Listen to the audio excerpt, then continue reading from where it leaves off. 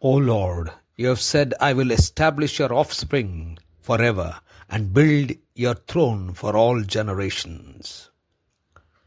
Thursday, 4th of September 2025. For a meditation this morning, I have chosen from First Book of Kings, chapter 19, verse 8.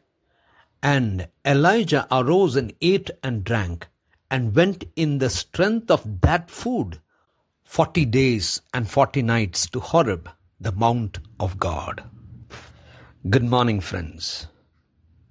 When the Lord gives food, the strength would be unimaginable.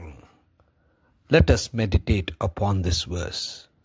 The theme for this morning's meditation is God's providence. Elijah had prayed to the Lord to stop rains, and God did. And Elijah prayed again to the Lord, and the Lord sent rain. Ahab had witnessed this, and now he went and told Jezebel of what Elijah had done, and how all the prophets of the gods of Baal were being defeated and killed. Jezebel took a vow that she will certainly kill Elijah. Elijah fled from Jezreel and went towards Judah, that is Beersheba, and there he prayed to God that he would die, for he did not want to live anymore. At that point in time, God sent an angel, and the angel came and woke up Elijah, told him to eat the bread and drink water. And as we read, eating this bread and drinking this water, Elijah walked for 40 days and nights with the strength of that food.